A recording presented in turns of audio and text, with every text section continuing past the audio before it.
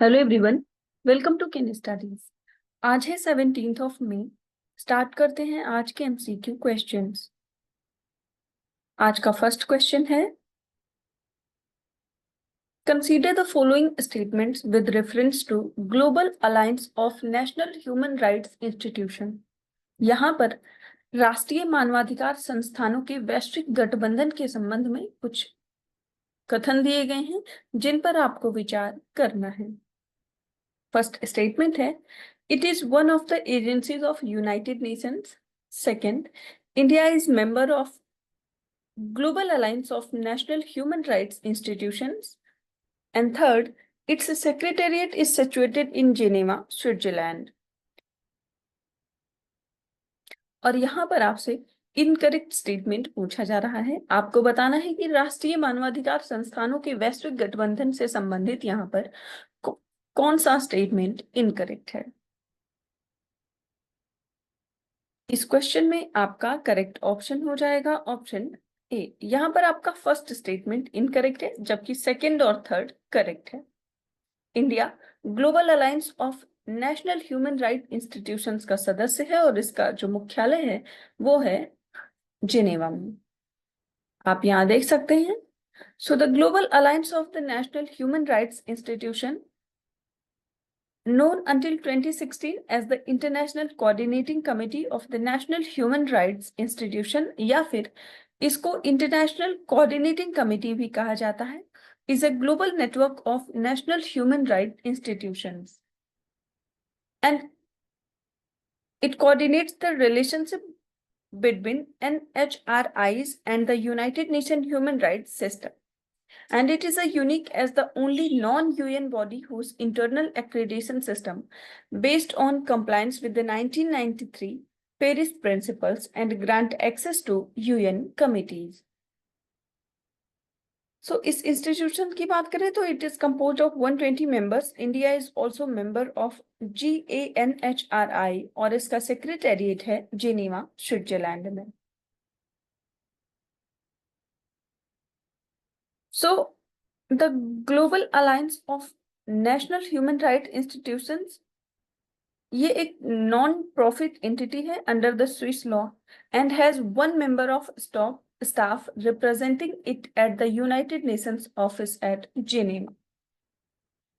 आप यहाँ देख सकते हैं इमेज में कि कौन सी कंट्रीज इसकी फुल मेंबर हैं और कौन एसोसिएट मेंबर हैं। इंडिया यहाँ पर है और इंडिया इसका फुल मेंबर है। बढ़ते हैं नेक्स्ट क्वेश्चन की ओर। Manika Batra recently seen in the news is associated with which sports. आपसे पूछा जा रहा है हाल ही में खबरों में आई मनिका बत्रा किस खेल से संबंधित हैं। आपके ऑप्शंस हैं टेबल टेनिस, बैडमिंटन, फुटबॉल या फिर चेस। और इस क्वेश्चन में आपका करेक्ट ऑप्शन हो जाएगा ऑप्शन ए। सो ये संबंधित है टेबल टेनिस से। आप यहाँ देख सकते हैं। So Manika Batra, India's top women's table tennis player, achieved a historic milestone by entering the world's top 25 in women's singles ranking, reaching a career's high of 24. So she matched G. Satyan's record for the highest rank achieved by an Indian in singles table tennis. Following her performance in the Saudi Smash tournament, she climbed 15 spots, reaching the quarter-finals. सो मनिका बत्रा की बात करें तो ये gold medallist है 2018 के Commonwealth games की and continues to shine on the global stage. तो इन्होंने हाल ही में टॉप 25 में अपनी जगह बनाई है। बढ़ते हैं नेक्स्ट क्वेश्चन की ओर। India skills competition 2024, the country's biggest skilling programme, recently started at which place. यहाँ पर आपसे पूछा जा रहा है देश का सबसे बड़ा कौशल कार्यक्रम इंडिया स्किल्स प्रतियोगिता 2024 हाल ही में किस स्थान पर शुरू हुई है। आपके ऑप्शंस हैं हैदराबाद, कोलकाता, न्यू दिल्ली या फिर चेन्नई। और इस क्वेश्चन में आपका करेक्ट ऑप्शन हो जाएगा option C. So India skills competition 2024 का जो आयोजन है वो नई दिल्ली में किया गया। आप यहाँ देख सकते हैं India Skills 2024, the nation's largest skill competition, kicked off in New Delhi on 15th of May at Yashobhumi, and it spans 61 categories, testing skills nationwide until May 18. So this biennial event enjoys broad support from the state governments, industries, SSCs, SSDMs, corporates, and partner institutes. So it provides a crucial platform for youth to exhibit their talents nationally and internationally. बढ़ते हैं next question की ओर। What is the full form of Bhism, the portable hospital tested by the Indian Air Force in Agra? आपसे पूछा जा रहा है आगरा में भारतीय वायुसेना द्वारा परीक्षण किया गया पोर्टेबल हॉस्पिटल जिसका नाम है भीष्म, इसका पूरा नाम क्या है? आपके ऑप्शंस है Bharat health information system for medical health, second basic health care infrastructure for sustainable health management, third Bharat health initiative for सहयोग हित एंड मैत्री, या फिर brigade of hospital and intra services for humanitarian missions.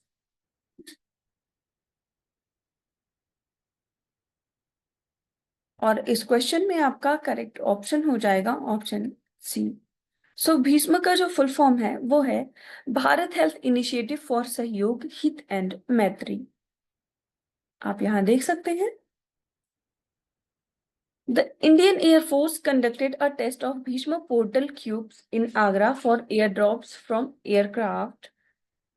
Bhishma portable cubes are part of project Bhishm जिसका full form आपने देखा है Bharat health initiative for सहयोग हित एंड मैत्री, and designed to threat up to 200 casualties. These cubes emphasize rapid response and comprehensive care during emergencies. So they are equipped with innovative tools and integrating artificial intelligence and data analytics. The aid cube enables effective coordination and real-time monitoring of medical services. So comprising 72 easily transportable components, the cubes can be carried by hand, cycle or drone, providing unmatched flexibility. So अभी हाल ही में Indian air force ने successful test किया है भीष्म का। बढ़ते हैं next question की ओर।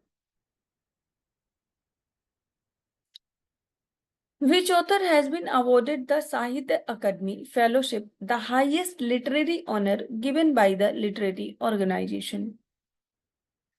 आपसे पूछा जा रहा है किस लेखक को साहित्यिक संगठन द्वारा दिया जाने वाला सर्वोच्च साहित्यिक सम्मान साहित्य अकादमी फेलोशिप से हाल ही में सम्मानित किया गया है?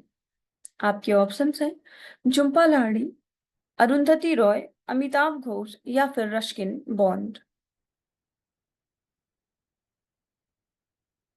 और इस क्वेश्चन में आपका करेक्ट ऑप्शन हो जाएगा option D.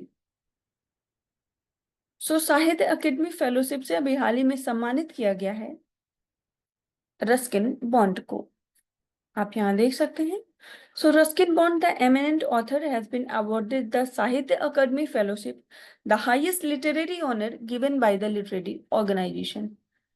So the honor was presented to him at his Masuri home by Sahitya Akademi President Madhav Kaushik and Secretary K. Srinivas Rao. So Ruskin Bond की बात करें तो he was born on 19th of May 1934 in Kasauli, Himachal Pradesh. And Ruskin Bond has been an active writer for over 50 years, contributing to various genres of literature. And he has received numerous accolades, including the Padma Shri in 1999, Padma Bhushan in 2019, and Sahitya Akademi Bal Sahitya Puraskar in 2012. बढ़ते हैं next question की ओर। Name the operation launched by the police for the smooth conduct of Kedarnath Dham Yatra 2024 in Uttarakhand.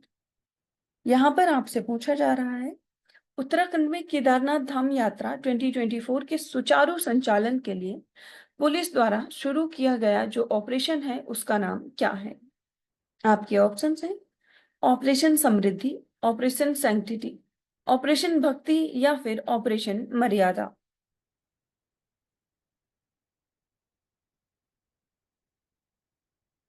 और इस question में आपका correct option हो जाएगा option D. सो Uttarakhand police ने जिस ऑपरेशन को शुरू किया है उसका नाम है ऑपरेशन मर्यादा। आप यहाँ देख सकते हैं ऑपरेशन मर्यादा was launched by the police for the smooth conduct of Kedarnath Dham Yatra 2024 in the Rudraprayag district of Uttarakhand.